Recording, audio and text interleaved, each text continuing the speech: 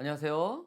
지난 2주 동안 건강히 잘 지내셨습니까? OPM의 대표 김성태 전사입니다. 저희 OPM이 지난 2주 동안 쉼을 갖고 다시 여러분들과 함께 예배의 자리에 이렇게 섰습니다. 하나님께 너무나 감사드립니다. 2020년도 OPM 4분기는 시편 1편에서 9편까지 말씀을 가지고 말씀을 나눠 보겠습니다. 우리가 이 시편을 가지고 주님의 말씀을 나눌 때 정말로 여러분과 제가 하나님의 많은 은혜 가운데 머물기를 진심으로 바랍니다. 자, 그럼 시편 시작하겠습니다. 여러분, 시편은 여러분들도 너무 잘 아시는 것처럼 시온산, 즉 성전과 다윗 왕 그리고 하나님의 통치를 중심으로 쓰여져 있습니다.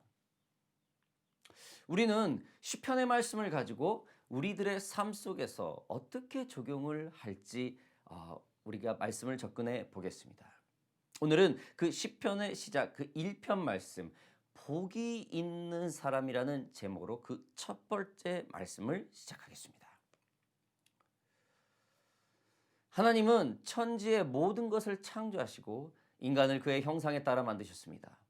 그리고 인간은 죄로 인한 타락 후 하나님을 믿는 사람과 믿지 않는 사람으로 나누어지게 됩니다. 즉, 죄의 길에 선 자와 서지 않는 자의 길로 나누어지게 됩니다. 오늘 우리에게 주신 시편의 말씀의 제목은 복이 있는 사람입니다. 복이 있는 사람의 길과 복을 잃어버린 사람의 길이라고 말할 수 있을 것입니다. 다시 말해 형통의 길과 멸망의 길을 말을 하는 것입니다. 그럼 오늘 그 첫 번째 형통의 길을 먼저 접근해 보겠습니다. 자, 형통이라는 말은 만사의 모든 일이 수월하다라는 그런 사전적 의미를 가지고 있습니다. 세상에서 말하는 형통은 성공을 말합니다. 소위 잘 나가는 것을 뜻합니다. 돈과 부와 명예를 갖는데 인생의 최고의 목표를 두고 있습니다. 이것이 바로 세상에서 말하는 형통입니다. 그러나 성경에서 말하는 형통은 조금 다릅니다. 성경에서 형통의 대명사는 우리 좋은 예로 요셉을 우리가 찾아볼 수 있습니다. 여러분도 아시겠지만 이 요셉이라는 사람은 성경의 최초로 형통이라는 말을 사용되어진 사람입니다. 하나님의 꿈을 가진 요셉은 그 꿈 때문에 형들에게 미움을 받고 타국으로 팔려가고 종살이를 하고 감옥을 가면서도 그가 가는 곳마다 만사가 수월하게 형통하게 되었다고 성경은 말을 하고 있습니다. 왜냐하면은 하나님이 요셉과 늘 함께 했기 때문입니다. 즉 성경에서 말하는 형통은 하나님이 함께 한다는 뜻입니다. 세상에서 말하는 형통은 부와 명예, 그 성공에 중점을 둔다면 이 성경은 창조주인 하나님이 함께한다는 의미를 말합니다.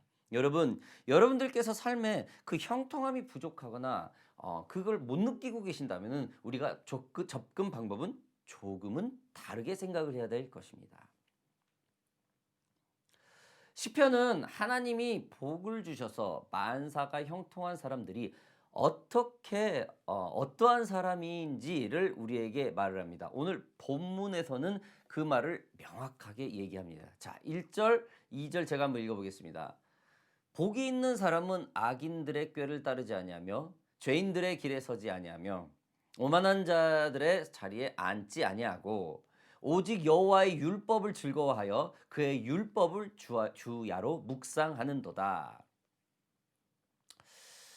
형통한 길을 가는 사람은 악인의 꾀를 쫓지 아니하고 악인의 길을 쫓지 아니하고 오만한 자들의 자리에 가지 않고 하나님의 율법을 즐겨하고 묵상하는 사람들이 바로 형통한 길을 가는 사람들이라고 말을 하고 있습니다. 정말로 정확하게 말을 하고 있습니다. 우리가 이러한 형통한 길에 가는 사람들의 모습에 과연 얼마나 적용이 될까요? 과연 몇 가지나 이 형통한 사람들의 조건을 행하면서 살고 있을까요? 때로는 이 형통한 사람, 악인의 길을 쫓지 않고 뭐 악인의 길을 따라가지 않고 오만한 자들에 서지 않고 주님의 말씀을 즐거워 묵상하는 삶. 네. 어쩔 때는 이렇게 될 수도 있지만 어떠할 때는 이 부분이 참 우리 삶 가운데 자꾸 동떨어질 때가 있습니다. 그러나 성경은 완벽하게 악인의 길을 쫓지 않고 오만한 자에서 이 완벽하게 말을 하는 것이 아닙니다. 하나님 앞에서 오만한 데 서지 않으려고 몸부림치는 겁니다. 크리스찬이라고 죄를 짓지 않습니까? 크리스찬이라고 거짓말하지 않습니까? 크리스찬이라고 뭐 불법과 편법을 안 합니까? 그렇다고 그거를 인정하면서 자연스럽게 받아들일 수는 없다라는 겁니다. 형통한 사람은 이런 마음을 가져야 된다는 거죠. 오늘의 말씀을 통해 보면서 형통한 사람은 바로 이 명철함이 있어야 됩니다. 분별력이 있어야 되는 것입니다. 악인의 꾀를 따르지 않고 죄인의 길에 서지 아니하며 오만한 자들과 함께하지 아니하며 분별력이 있어야 됩니다. 명철한 판단력이 있어야 합니다. 형통한 길을 가는 사람은 바로 명철하다는 증거이기도 합니다. 그저 모든 일에 흐지부지하지 않습니다. 어떠한 일에서든 경솔하게 판단하지 않습니다. 왜? 하나님이 지켜보고 계시니까. 왜? 그 말씀을 묵상하기에 하나님이 나를 지켜보고 있다는 걸 정확히 알고 있으니까. 어떤 일을 하든지 실수하는 그 일을 뻔히 알면서도 그 길은 가지 않습니다. 하나님이 기뻐하지 않는 그 불법과 범죄적인 일에는 발을 들여놓지 않습니다. 이게 바로 하나님의 사람, 즉 형통한 사람, 명철을 가진 사람을 말합니다. 그럼 우리는 어떻게 해야 이 명철함을 하나님으로부터 받고 하나님이 주시는 그 형통한 길을 올바르게 걸을 수 있을까요? 그 답은 곧바로 2절에 나옵니다. 자, 2절 보시겠습니다. 오직 여호와의 율법을 즐거워하여 그의 율법을 주야로 묵상하는도다. 할렐루야. 예, 맞습니다. 말씀입니다. 말씀. 하나님 안에 있기를 즐거워하고 그의 말씀을 밤낮으로 묵상해야 한다는 것입니다. 명철함은 그저 얻어지는 것이 아닙니다. 하나님을 알려고 고민하고 교회 공동체로 서로의 삶을 나누며 함께 기도하며 나의 나약한 것을 인정하고 나의 잘못된 것을 인정하고 다른 이들의 굉장히 좋은 모습을 칭찬할 수 있는 그런 선한 마음, 너그러운 마음, 서로의 모습을 돌아보면서 도전을 받고 도전을 주고 해야 명철함이 얻어진다는 것입니다. 여러분, 하나님의 말씀을 아무것도 안 하고 하루 종일 성경만 들고 살 수는 없습니다. 목사님들도 마찬가지예요. 아무 자기 교회 사역도 안 하고 오직 설교 하나만으로 해서 말씀 하나만 붙들고 있는 분은 건강한 목회를 하지 못합니다. 그리고 그런 목사님도 없고 이 세상에. 그 말씀을 붙들었다면 이 말씀이 지혜를 가지고 내게 허락한 영역에서 최선을 다해서 어떻게 적용할 것인가? 즉 명철함을 찾으려고 몸부림친다는 거예요. 보이지 않고 들리지 않는 하나님의 음성이 있을지라도 하나님이 옆에 있다는 그 믿음 하나, 말씀을 통해서 오시는 그런 하나님, 그 하나님을 믿기에 함부로 판단을 하지 않고 경솔하게 행동을 하지 않는다는 것입니다. 여러분 믿으시기 바랍니다. 하나님의 말씀 안에 있기를 즐거워하고 그 말씀을 밤낮으로 묵상하는 사람들은 교회 공동체에 있기를 즐거워합니다. 교회 공동체와 함께 하려는 열정이 생깁니다. 교회 공동체와 함께하지 않고는 견디지 못하는 그런 열정이 몸에서 솟구칩니다. 그 에너지가 나옵니다. 하나님의 말씀을 더욱 알고 싶고 궁금해서 교회 성경 공부 모임에 적극적으로 참여해야 됩니다.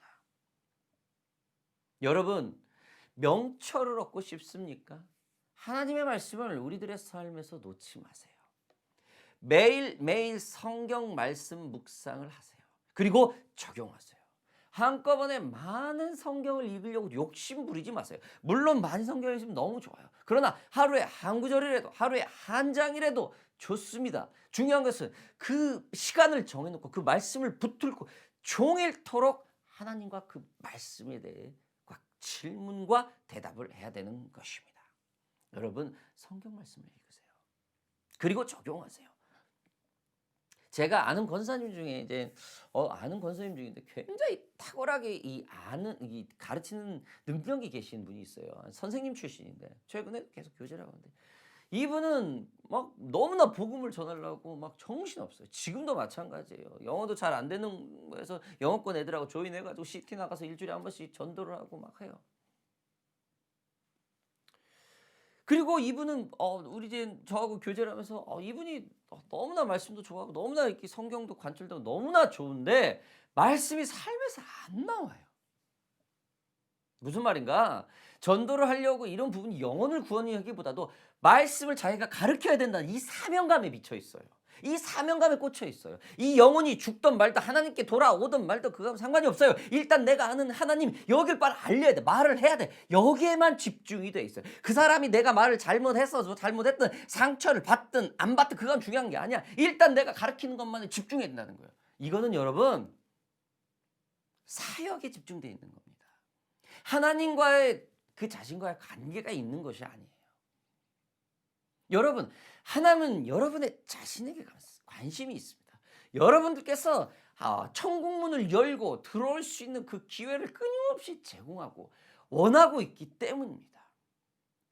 하나님의 말씀을 대언하기 위해서 하나님의 사역을 하기 위해서 우리를 창조하신 것이 아닙니다.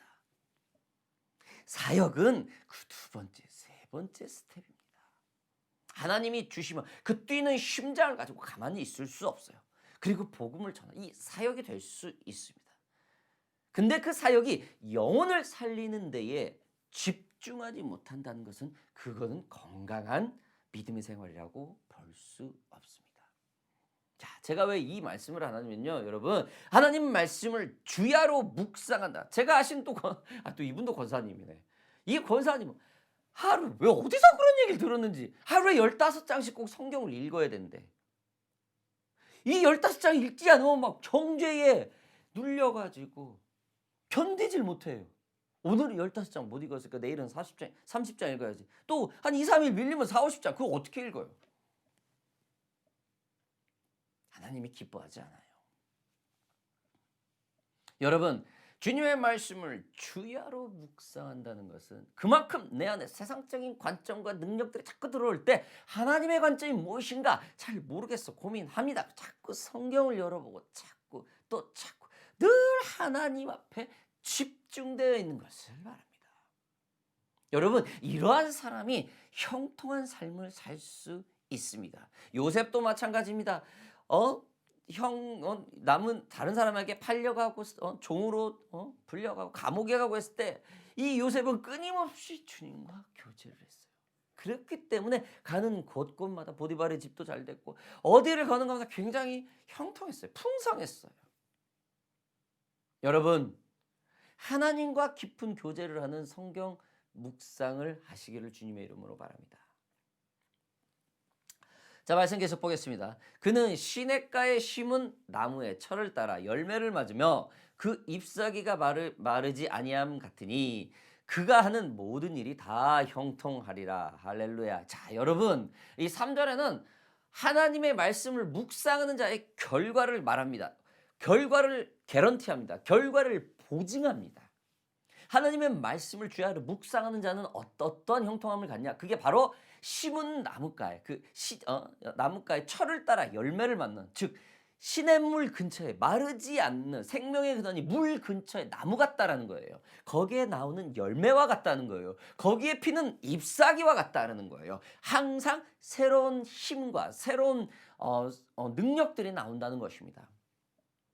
우리들의 삶 속에 자꾸 지침이 있습니까? 눌림이 있습니까? 여러분, 하나님 말씀 앞에 다시 서세요. 하나님은 새 힘 주십니다. 내 안에 절벽과 같은 청천벽력과 같은 땅이 무너질 것 같은 엄청난 안 좋은 일이 있어도 하나님께서는 묵상하는 사람에게 반드시 말합니다. 그리고 그 말씀하셔서 형통함으로 여러분과 우리들의 삶을 이끌어 주십니다. 여러분, 믿으시기 바랍니다. 이처럼 주님의 말씀을 주야로 묵상을 하여 그의 말씀 곁에 있기를 사모하는 자의 삶은 그 형통함의 삶은 말할 수 없이 좋습니다. 여러분 형통의 길을 어떻게 얻을 수 있는지 알면서도 우리는 때로는 잘 안 될 때가 많아요. 얘 알아요. 머리로도 알고 어떻게 하는지도 알아요. 그런데 안 돼. 안 돼요. 뻔히 알아. 아는데도 알아. 그럼 어떻게 할까요? 여러분 반대로 한번 생각해 보는 시간 어떠십니까? 이 일을 이렇게 하면 돼. 네 알아. 근데 그게 잘 마음에 와닿지 않을 때가 있어요. 그럼 어떨까요? 조금 반대로 생각을 해 보시면 좋습니다. 자, 그 두 번째 형통한 길을 가는 길과 또 뭐가 있습니까? 그 반대의 길, 멸망의 길이 있습니다. 자, 4 절부터 보겠습니다. 시편은 지금 1 편에서 6 편까지 반대로 두 가지로 얘기를 합니다. 자, 4 편이 그 반대의 얘기입니다. 한번 보겠습니다. 악인들은 그렇지 아니하며 오직 바람에 나는 겨와 같도다. 그러므로 악인들은 심판을 견디지 못하며 죄인들이 의인들의 모임에 들지 못하리로다. 여러분 성경은 복이 있는 자의 반대를 악인이라고 말합니다. 성경은 복이 있는 자의 반대를 죄인이라고 말합니다. 하나님을 따르지 않는 자의 하나님을 따르는 자와 따르지 않는 자의 그런 차이일 것입니다. 이들은 어떠한 일에서든지 쉽게 흔들리고 꺾어지는 바람에 나는 겨와 같다고 표현을 하고 있습니다. 여기서 겨란 뭡니까? 악인은 바로 사라져버린다는 그 허무성을 비유한 말입니다. 형통한 길을 가는 사람은 생명을 일으키는 그 신화가의 표현으로 정말로 새로운 것을 힘을 낼 수 있는 그 견고성을 말하고 있다면은 이 악인을 의미한 이 겨는 무엇을 말합니까? 여러분 겨는 추수하고 남아서 그냥 버리는 겁니다. 그냥 추수한 그 논과 밭에 뿌려져서 논에 뿌려져서 그냥 내년까지 썩히게 만드는 그 거름 역할밖에 되지 않습니다. 흔적도 없이 사라지는 건다 말입니다. 무가치를 말하고 있습니다. 무엇으로 흔들리는 것일까요, 여러분? 쉽게 불법과 타협함을 말할 것입니다. 성공을 위해서는 수단과 방법을 동원한다는 것입니다. 만사의 형통함을 보다는 당장 필요와 이득을 위해서 산다는 것입니다. 견딤이 부족할 것입니다. 인생의 모든 목적을 세상의 부와 명예, 성공에만 집중을 하고 있다는 것입니다. 우리가 살고 있는 윤리적인 부분, 인간적인 모습, 이런 모습 모두 사라진다는 것입니다. 다른 사람이 잘 되면 축하해 줄 줄 알고 격려해 줄 줄 알고 감사해 줄 줄 아는 그런 마음이 없고 상대방이 경쟁 상태이고 저 사람이 없어야 내가 살아나고 저 사람이 차지할 것을 내가 뺏어야 내 것이 되고 이런 무한 경쟁 속에 있는 것이 바로 세상의 형통을 바랍니다. 무엇보다도 멸망의 길을 가는 사람들은 심판을 견디지 못한다는 거 성경은 말을 하고 있습니다. 다시 말해 마지막 날에 최후 심판 때에서 서지 못한다는 것입니다. 즉 부활에 참여하지 못합니다. 여러분들과 저는 왜 예수를 믿습니까? 예수가 십자가에 못 박혀 우리 죄를 위해서 희생되었다는 그 사실을 왜 믿습니까? 바로 eternal life, 영생을 말합니다. 최후 심판 때에 서서 하나님께서 끝까지 경주한 우리의 모습을 보고 영생의 삶을 알게 천국 문을 열어주신다는 겁니다. 우리는 예수님은 그것 때문에 십자가에 달리셨어요. 멸망의 길을 가는 사람은 이 기회가 없다는 겁니다. 이 심판을 견디지 못한다는 거예요. 여러분 엄청난 대가 아닙니다. 이 땅에서 잘해야 70이고 80이라 강건해 80이라고 그랬는데 7, 80년 제대로 살고 이터널 영생의 길을 가는 게 낫지. 겨우 7, 80년 어떻게 조금 바짝 뭐 좀 살아보겠다고. 그거 조금 좀 부와 명예하면서 온갖 죄와 그런 다 그 죄를 짓고 지옥불에 떨어진다는 이건 뜬다는 것은 너무 억울해요. 저와 여러분들은 이 형통의 길을 가는 사람으로서 멸망의 길을 가지 않는 구별된 자가 되기를 주님의 이름으로 바랍니다.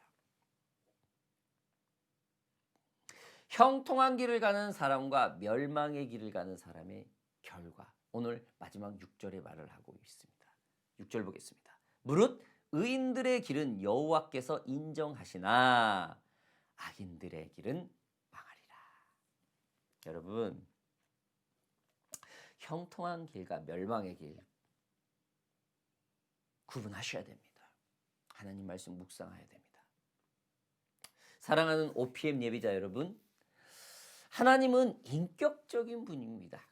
굉장히 인격적인 분이세요. 윽박지르는 분이 아닙니다. 늘 화내는 분, 물론 분노하시는 분이 있어요. 때가 있어요. 특히 사랑하는 자녀가 하나님 앞에 돌아오지 않을 때 상당히 분을 내요. 그러나 하나님은 우리의 생각과 의지, 판단, 결정을 존중해 줍니다. 너무나도 인격적인 분이십니다. 여러분들 삶 앞에 어려운 판단을 해야 될 일이 있습니까? 복이 있는 사람으로서 살기를 결정하세요. 자, 이 결정을 어떤 요구를 원합니까? 하나님의 말씀 앞에 서는 겁니다. 조명을 하는 겁니다. 적용을 하는 겁니다. 그러면 명철을 얻을 수 있습니다. 이렇게 간구하세요. 하나님, 형통한 삶을 살기 위해 명철함을 내가 허락하여 주시옵소서. 말씀을 통해서 늘 저에게 허락하여 주시옵소서. 형통한 길, 이에 반대인 그 멸망의 길에 서지 않는 제가 되게 하여 주시옵소서.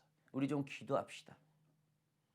형통의 길, 하나님 주님의 말씀을 주야로 묵상하여 그 말씀을 내 삶 속에 적용하며 하나님의 말씀 앞에 몸부림치는 제가 되겠습니다. 하나님, 내게 신실함을 허락하여 주시옵소서. 명철함으로 모든 상황과 환경에 주님의 지혜를 가지고 결단할 수 있는 힘을 주시옵소서. 기도하겠습니다. 살아계신 아버지 하나님, 감사합니다. 내게 허락하신 아버지 하나님, 그 인격적인 주님의 능력 안에서 제가 아버지 하나님 그 복이 있는 자의 삶을 살길 원합니다. 아버지 하나님, 저에게 형통한 길을 허락하신 주님, 아버지 하나님, 그렇습니다. 그 길을 가기 위해 내가 오늘 이 시간 명철함을 원합니다. 내게 허락하여 주시옵소서. 하나님의 말씀을 묵상하겠습니다. 그 묵상 말씀을 붙들고 종일토록 주님과 대화할 수 있는 그 기쁨과 능력과 재미가, 행복이 내게 있도록 아버지 하나님 허락하여 주시옵소서. 더 부어 주시옵소서. 하나님의 말씀이 정말 꿀처럼 달고 정말 그 말씀이 너무나 재미있고 너무나 궁금할 수 있도록 아버지 하나님 내게 그 능력을 부어 주시옵소서. 그 말씀을 통해서 주님의 명철함을 얻기를 원합니다. 그리하여서 형통한 삶을 가기 원합니다.